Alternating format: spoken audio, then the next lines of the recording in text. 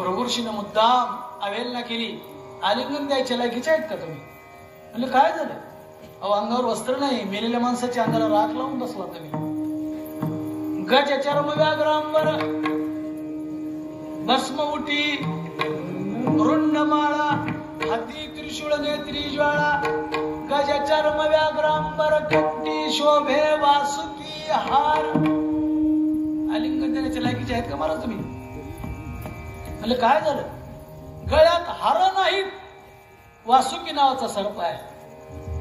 कमरेला वस्त्र नाही, वाघाचं कातड गुंडाळलंय. अंगावर पाऊंस पावडर नाही, मेलेल्या माणसाची राख लावली आहे.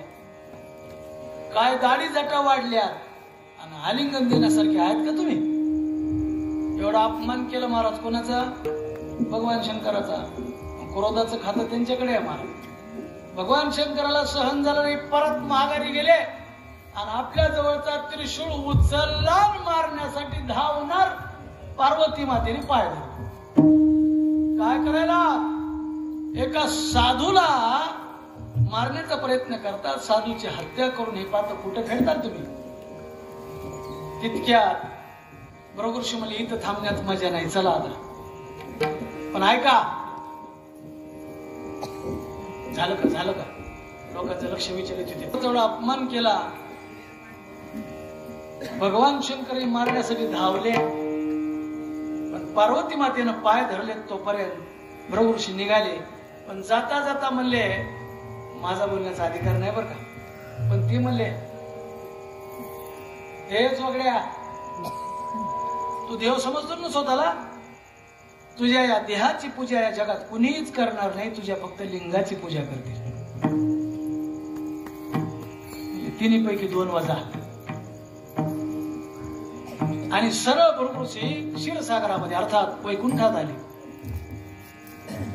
आणि वैकुंठात आल्यानंतर समोर भगवान शेषशाही पहुडलेले आहेत आणि जवळ लक्ष्मी माता आहे. 2 जण हितगुजाच्या गोष्टी बोलतात. भृगुर्षीने पाहिलं आणि भगवान विष्णूने भृगुर्षीला पाहिलं आणि पाहून न पाहिल्यासारखं केलं. भृगुर्षीला अपमान वाटला.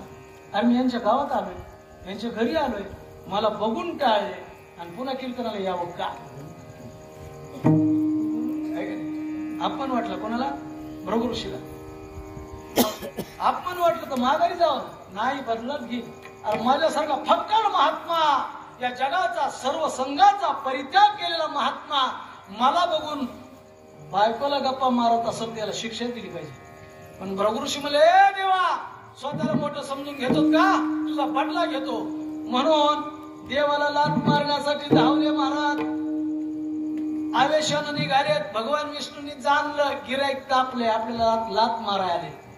पण देवाला अपमान वाटला नाही. उलट देवानं काय केलं?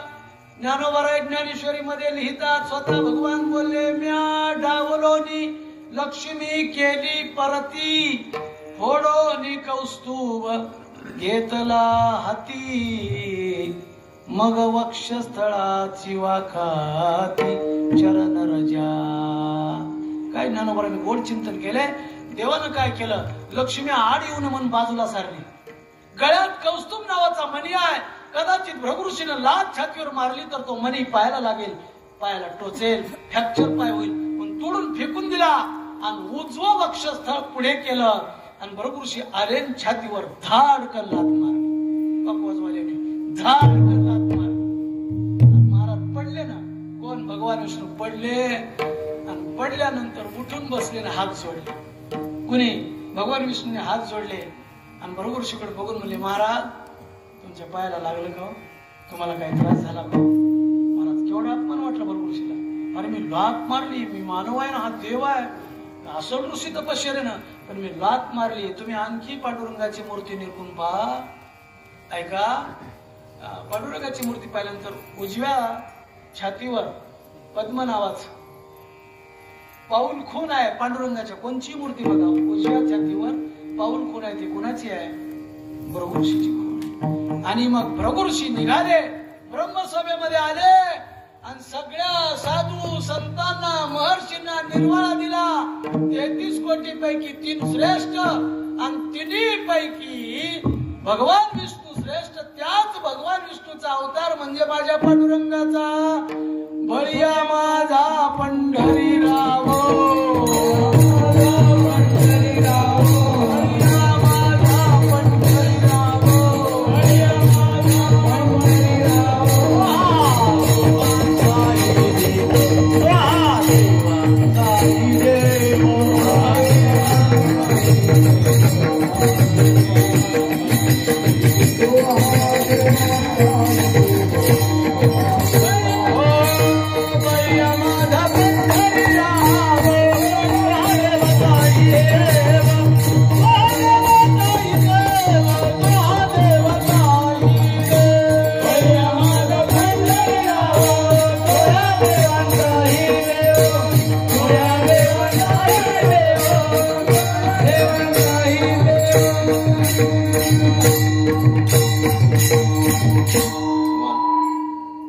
दुसरं प्रमाण आहे. बळीया माझा पंढरीराव आणि काते म्हणो नये देव.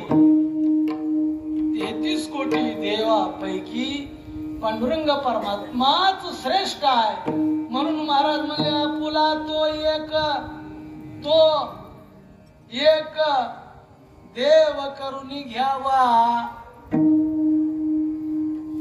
करुणी घ्यावा याचा अर्थ समजून घ्यावा. बर का, करुणी घ्यावा याचा अर्थ काय? समजून घ्यावा. जसा व्यवहार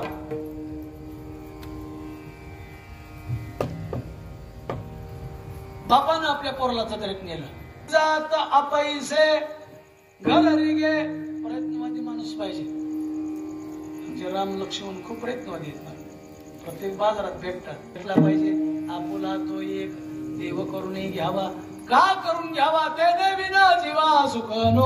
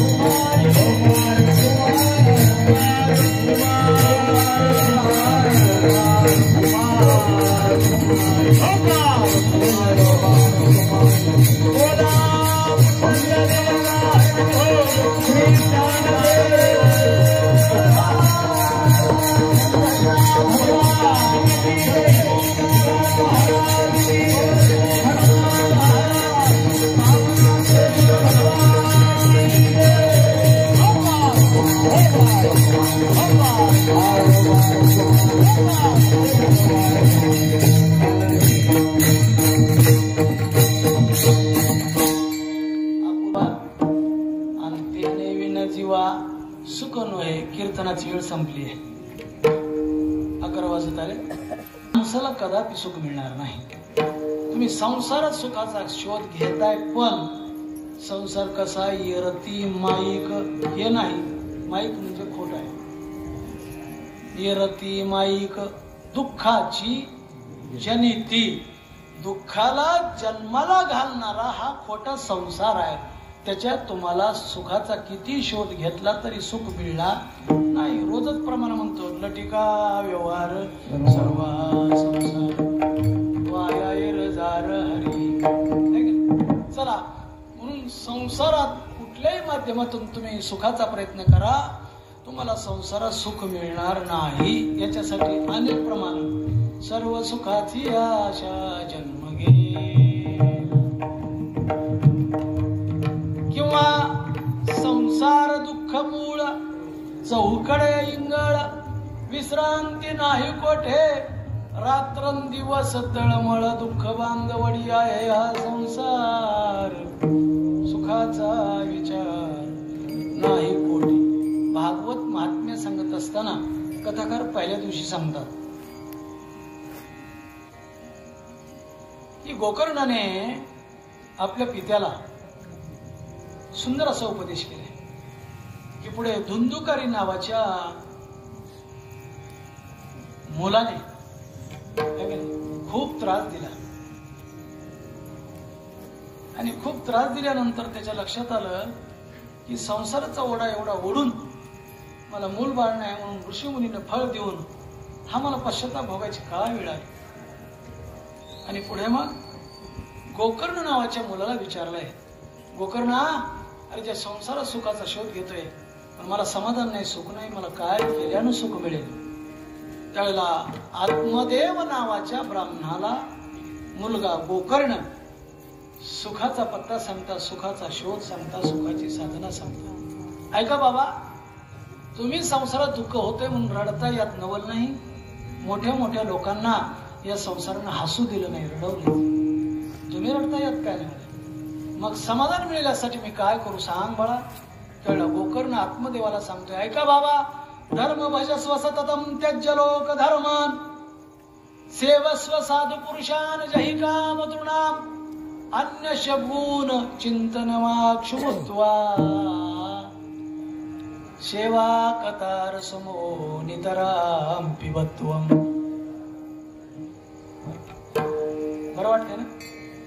तरी घेताना पहिली घ्या. धर्म भजस्व सततम त्यज्य लोक धर्मान. धर्माला भजा, वाईट लोकांचा त्याग करा. अन्यश गुण चिंतनमाक्षुत्वा. कुणाचा गुणदोष, कुणाची स्तुती करू नका, कुणाची निंदा करू नका. आणि अखंड प्रभूची सेवा करा, नामचिंतन करा, सुखी व्हा. आणि मग गोकर्ण आत्मदेव ब्राह्मण अरण्यामध्ये गेला आणि रात्र दिवस भगवंताचं चिंतन करून मुक्त झाला. म्हणजे संसारात सुख नाही. जर संसारात सुख असतं तर नाथ महाराज म्हणतात, संसारा माझी सुख जोडे तरिका शिविती गिरीकडे. राज्य टाकून गेले थोडे तरिका येते वेडे म्हणावे. संसार माझी असते सुख तरिका त्यजिती सनकादिक. आणि संसारात सुख असतं तर त्यांनी संसाराचा त्याग कशाला केला असता. संसारात सुख मिळत नाही. भासते फक्त सुख पाहता जवा पाडी जवसा एवढे, आणि दुःख पर्वता एवढे. क्षणाचं सुख असतं पण आयुष्यभर दुःखाला आपल्याला सामोरं जावं लागतं. म्हणून महाराज म्हणले, बघा, संसारात रती माईक दुःखाची जनिती नाही आधी अंती अवसान. संसार आपण जन्माला याच्या अगोदर नाही, आपण गेल्यानंतर पाठीमागे आहे का? नाही. म्हणजे पहिला बी नाही, आणि नंतरही नाही, मध्येच भासतो, त्याला संसार म्हणतात. संसारामध्ये बघा दोन गोष्टी आहेत, एक मोह आणि दुसरी गोष्ट दुःख. उदाहरण सांगेल तुम्हाला. संसार म्हणजे बोरीचं झाड आहे, आधी अंती अवसान. मग काय करावं महाराज? अविनाशी करी आपुली आईचे, लावी मना पिसे गोविंदाचे. अविनाशी भगवान परमात्म्याला आपलंसं करायचा प्रयत्न करा. अविनाशी करी आपुली आईचे. मग तो आपलास कशाने होईल? तर मनाला पिस लावा त्याच्या नामाचं, गोविंदाचे. लावी मना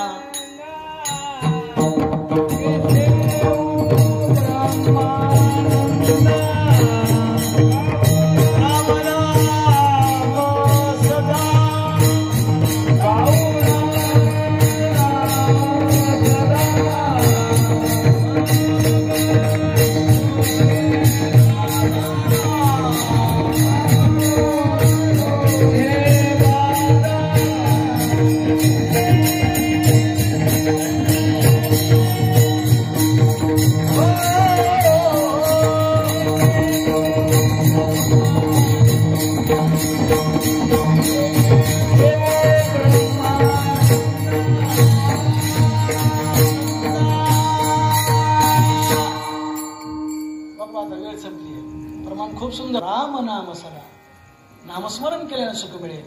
मग नो हे बाधा, नामस्मरण केल्यानंतर कसल्या प्रकारची बाधा नाही महाराज. म्हणून नामस्मरण करा, देव आपला सकरा. अविनाशी करी आपुलिया आईसे, लावी मना पिसे गोविंदाचे. भगवंताचं पिस लागावं, संसाराचं लागू नये. आपल्याला संसाराचं पिस आहे, उद्या काय करायचं? पांडुरंग लावी मना पिसे गोविंदाचे. किंवा महाराजांचं दुसरं एक प्रमाण आहे, महाराजांचा 24 तासात क्षणही वाया जात नव्हता. भगवंताचं चिंतन करत होते.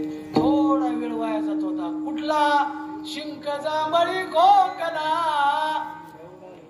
इतका वेळ वाया गेला. शिंक, जांभळी आणि खोकला, एवढ्याच वेळ देवाचं नाव बंद होतं. का? त्यांना देवाचं पिस लागलं होतं. लावी मना पिसे गोविंदाचे. आणि मग हे केल्यानंतर होईल काय? तुका म्हणे का मरणेची सरे, तुका म्हणे का मरणेची सरे, का मरणाची तुका म्हणे का मरणाची